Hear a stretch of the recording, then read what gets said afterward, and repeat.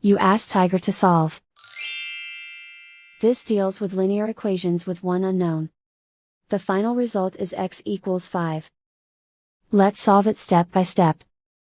Group all x terms on the left side of the equation. Subtract 6x from both sides.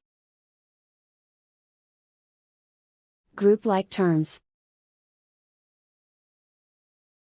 Simplify the arithmetic. Group like terms.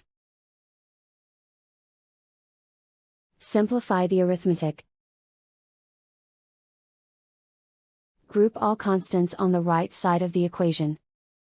Add 32 to both sides. Simplify the arithmetic.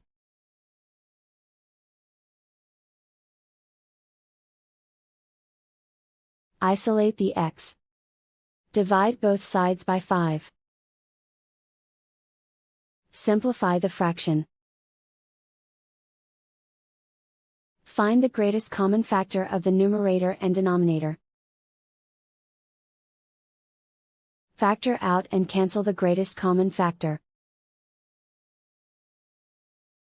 And so the final result is x equals 5.